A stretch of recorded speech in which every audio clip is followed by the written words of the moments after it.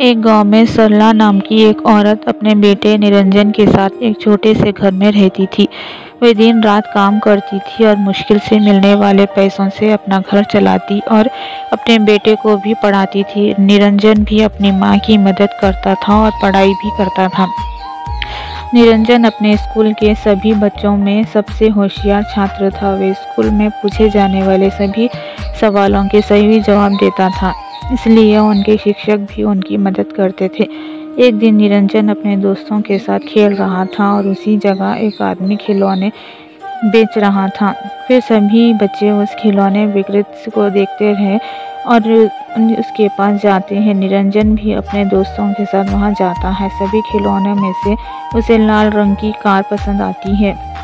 फिर निरंजन ने खिलौने बेचने वाले से पूछा, वे लाल कार कितने की है? तभी खिलौने बेचने वाला कहता है कि 50 रुपये बेटा। तब निरंजन सोचता है कि कार देखने में बहुत अच्छी है और मुझे उस कार का रंग भी अच्छा लगता है, लेकिन मेरे पास पैसे नहीं है। माँ पहले से ही मुझे बहुत मेहनत से पढ़ा रही है। अब अगर मैं इस कार को खरीदना चाहता हूँ, उसके लिए मैं उनसे पैसे मांगूंगा और अगर उनके पास इतने पैसे नहीं हैं तो उनसे पैसे ना देने का दुख होगा। मैं बहुत अच्छी पढ़ाई करूंगा और एक बड़ी कार खरीदूंगा और अपनी माँ की अच्छी देखभाल करूंगा। अब कार को काफ़ी देर तक देखने के बाद निरंजन वहां से निकल जाता है। रात में निरंजन उसी कार के बारे में सोचता रहता है और सो नहीं पाता। तभी निरंजन की आवाज़ आती है, तो वे सोचता है कि उसकी माँ ने उसे बुलाया है। वे बिस्तर से उठकर अपनी माँ के पास जाता है और माँ से पूछता है, माँ तुमने मुझे बुलाया? तब माँ कहती है कि नहीं बेटा, शायद तुम्हें नींद में ऐसा लगा होगा। निरंजन भी सोचता है कि वे उसका वहम होगा और वापस सो जाता है। कुछ देर बाद उसे फिर से वही आवाज़ सुनाई देती है, लेकिन इस बार भी निरंजन वहम सोचकर सो जाता है। लेकिन एक बार और सुनने पर वे नींद से जाग जाता है और देखता है कि उसके सामने लाल रंग की एक कार रखी हुई है, जिसे देखकर निरंजन कहता है कि मैंने सुबह इस कार को देखा, ये यहाँ कैसे आ गई? और कार को अपने हाथों में ले जाता है। तभी कार बोलने लगती है कि निरंजन, तुम्हें मैंने बुलाया था, तुम्हारी माँ ने ही। ये सुनकर निरंजन ने कहा कि तुम बात भी कर सकते हो। जवाब में जादुई गाड़ी कहता है, हाँ मैं बात कर सकता हूँ। सुबह तुम मुझे देख के पसंद आने पर भी पैसे ना होने की वजह से और तुम्हारी माँ को तकलीफ ना देने के इरादे से तुमने मुझे नहीं खरीदा, इसलिए मैं ही तुम्हारे पास आ गया। उस जादुई कार से बात करते हुए बहुत देर हो जाती है और निरंजन उसे बगल में रखकर सो जाता है। रात में देर से सोने के कारण निरंजन सुबह अपने स्कूल के लिए समय पर नहीं उठ पाता। माँ निरंजन को ये कहकर उठाती है, निरंजन स्कूल के लिए देर हो रही है, उठ बेटा उठ जाओ। तभी निरंजन कहता है, माँ क्या स्कूल का समय हो गया? आज मैं बहुत देर तक सो रहा हूँ और बहुत जल्दी स्कूल के लिए तैयार हो जाता हूँ। अब निरंजन पैदल ही जा रहा था तो वह सोचता है कि बहुत देर हो चुकी है, सभी बच्चे स्कूल पहुंच चुके होंगे, देर से गया तो टीचर डांटेगा, काश कोई मुझे स्कूल तक छोड़ देता। तभी लाल रंग की वही जादुई गाड़ी उसके सामने आती है और कहती है कि निरंजन, और मैं स्कूल छोड़ दूंगा, तुम छोटे हो, मुझे कैसा ले जाओगे? निरंजन कहते हैं। फिर जादुई कार बड़ी कार बन जाती है, जिसे देखकर निरंजन चौंक जाता है और कहता है कि तुम बड़े भी बन सकते हो।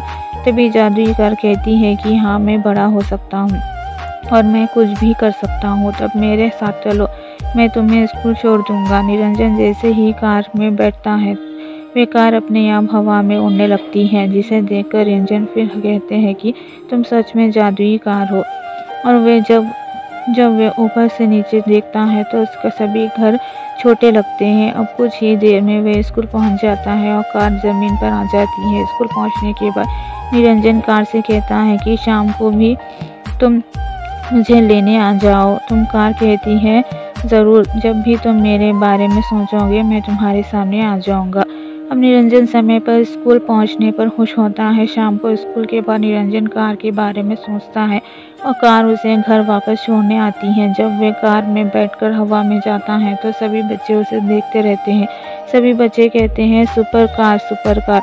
जब कार घर के सामने रुकती है तो निरंजन की माँ घर के पास काम करती है और निरंजन उसमें से उतरता है। उसकी माँ यह देखकर दंग रह जाती है। किसकी कार है ये निरंजन? ये किसी जादुई कार लगती है। ये अपने आप हवा में उड़ रही है। माँ निरंजन से पूछती है।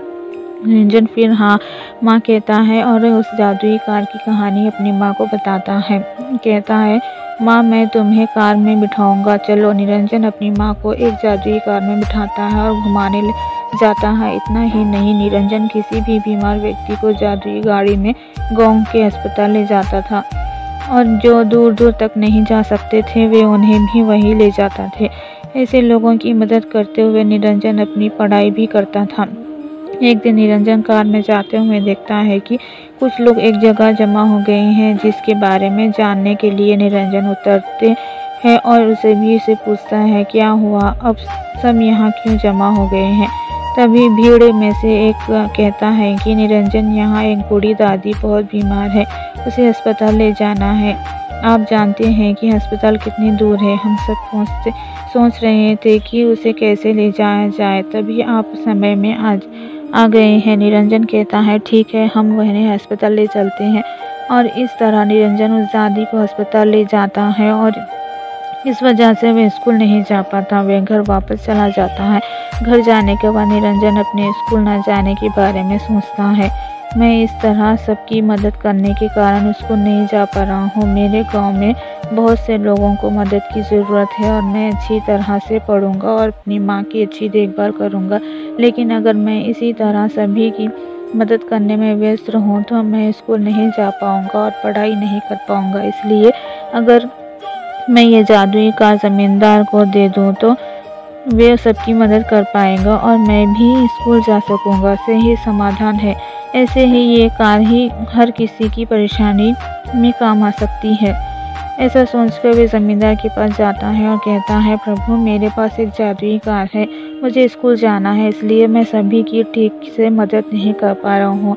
अगर आपके पास ये कार होगा तो आप समय पर सभी की मदद कर सकते हैं, इसलिए मैं इसे आपके पास छोड़ने आया हूँ।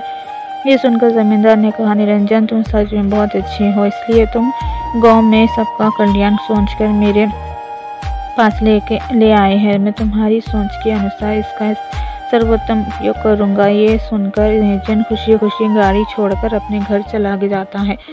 अपने वादे के मुताबिक मुश्किल समय में ज़मींदार अपने नौकरों के माध्यम से गांव में सभी की मदद करता है। कुछ दिनों के बाद अचानक गांव में सभी की तबीयत बिगड़ जाती है। हर कोई किसी न किसी बीमारी से ग्रसित था।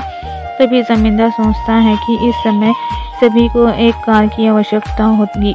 अगर मैं सभी के अस्पताल जाने के लिए किराया लेता हूँ तो मैं बहुत पैसा कमा सकता हूँ। इस समय सबकी तबीयत खराब होने पर मैं जो भी किराया कहूँगा लोग उसे देने को तैयार होंगे। मैं उन्हें पैसे लेकर अस्पताल ले जाऊँगा।